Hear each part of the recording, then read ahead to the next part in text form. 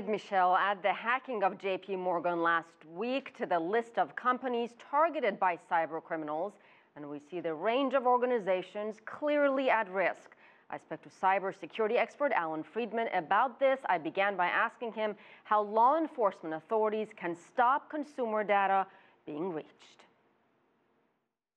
One of the interesting things about information security and cybersecurity in general right now is at the moment it's still a very unregulated space.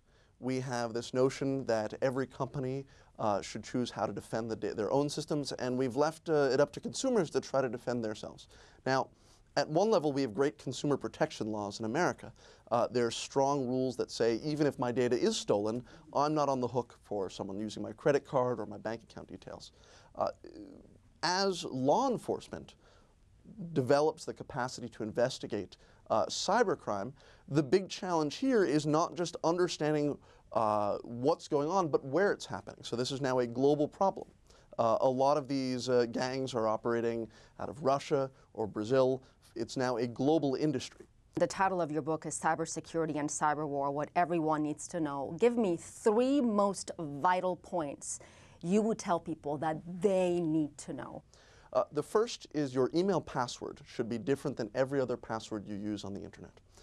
The reason is most companies, when they interact with you, will try to use your email. Even your bank will use your email. So if an attacker can gain a password from your bank or from a newspaper website or from Netflix, what you don't want is for them to then be able to take over your email, because then they can gain access to everything else. So 1, make sure your email password is different.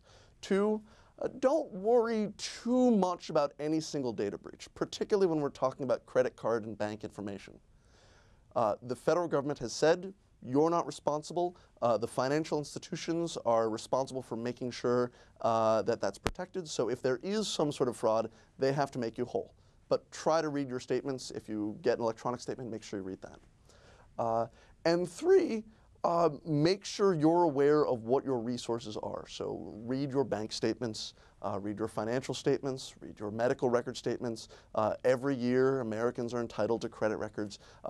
Transparency will solve most of the risks. You don't have to go out and buy identity theft insurance, which, by the way, is offered by the same companies that provide that are responsible for maintaining your credit record.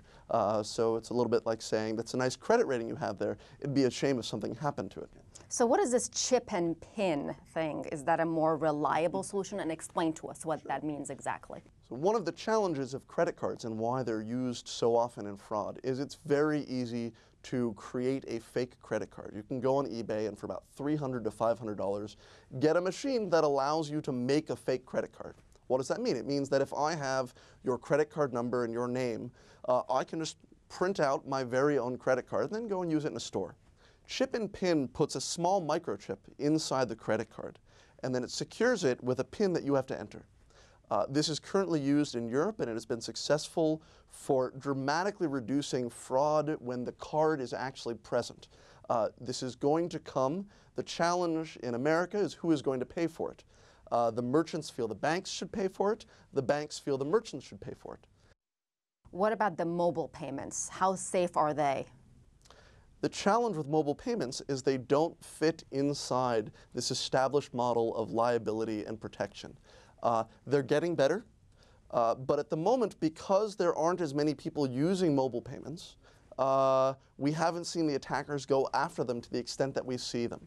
It seems like we're hearing a lot more about these types of attacks. Why is that? Is it because the bad guys are simply becoming more sophisticated?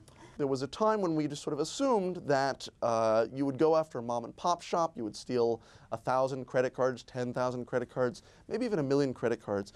Breaking into a very large system like Target really required a sophisticated attacker. The transition to larger targets, to me, says we have attackers that are a little more sophisticated. They have well-established infrastructure to figure out how to monetize them. And if you have this infrastructure, then you want to go after the big targets. And that creates a feedback loop that creates more sophisticated attackers going after bigger targets, trying to find ways to monetize them.